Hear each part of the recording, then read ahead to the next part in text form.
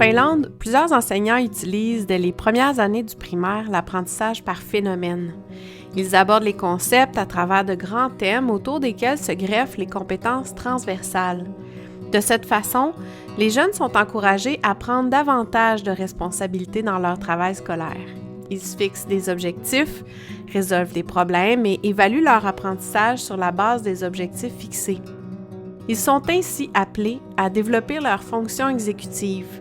Ils explorent, reconnaissent et exploitent des moyens de planifier leur travail, de garder le cap sur leurs objectifs, de s'auto-évaluer, d'étudier. Mais que sont les fonctions exécutives déjà? En fait, elles constituent un ensemble de mécanismes qui contribuent à la gestion des pensées et des actions d'un individu pour l'aider à atteindre un objectif qu'il s'est fixé. Elles sont primordiales dans le développement d'habiletés sociales, cognitives et afin de soutenir l'apprentissage scolaire. Les trois principales sont l'inhibition, la flexibilité cognitive et la mémoire de travail. L'inhibition renforce la maîtrise des pensées et des comportements afin de se concentrer sur un objectif à atteindre, une tâche à accomplir. Elle nous aide à mettre en plan les distractions ou les pulsions. La flexibilité cognitive renforce la capacité à s'adapter aux changements, à passer d'une tâche à une autre. Elle nous aide à travailler en métacognition, en prenant conscience de nos processus et en les améliorant. La mémoire de travail, quant à elle, garde à proximité des informations qui peuvent nous être utiles à court ou moyen terme. Nous pourrons nous y référer ou les ajuster selon les tâches à effectuer.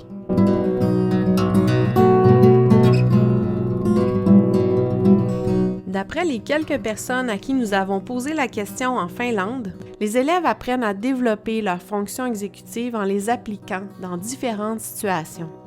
Les enseignants leur donnent aussi des outils afin de les renforcer. Ils ne les nomment pas nécessairement fonctions exécutives, mais elles sont incluses dans les compétences transversales à développer dans le curriculum national.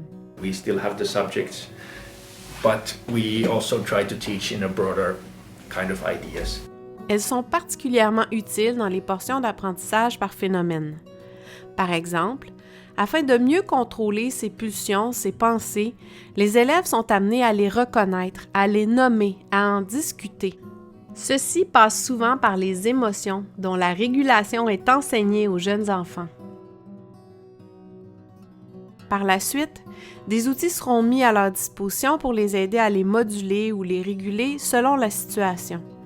Nous avons vu, entre autres, des décibelmètres installés dans des salles. On nous a expliqué que les élèves devaient apprendre à réguler leur intensité sonore lorsqu'ils sont en équipe de travail. En Finlande comme au Québec, les élèves sont appelés à changer de posture physique et mentale à plusieurs reprises durant la journée. They group the children differently, so it's not just about the content goals, but it's also to do a lot with the skills of learning skills and working skills that they have, like an action plan for the school year. So they change, let's say, the partners and such who they work with on a regular basis, and they have a plan for that. So it's not just okay, now we'll split them in such a way. Les classes que nous avons visitées accentuaient ces changements avec des zones de travail créatif, de concentration, d'expression orale, d'efforts physiques et autres. Ces zones représentaient des outils en soi afin de mieux s'adapter au type de tâches à accomplir. Elles offraient aux élèves des prédispositions et leur indiquaient comment bien choisir le lieu et l'environnement de travail adéquat pour une tâche.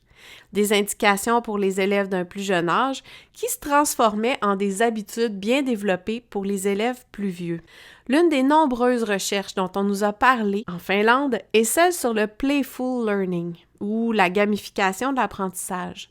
On parle ici de jeux qui impliquent non seulement le cerveau, mais aussi le corps. Il semble que d'impliquer l'élève dans une démarche ludique, apportant un double objectif, soit le plaisir et l'apprentissage, augmente la rétention et l'accès aux informations nécessaires pour faire avancer ce jeu. C'est une des façons qu'on utilise dès un jeune âge afin de travailler la mémoire de travail en Finlande.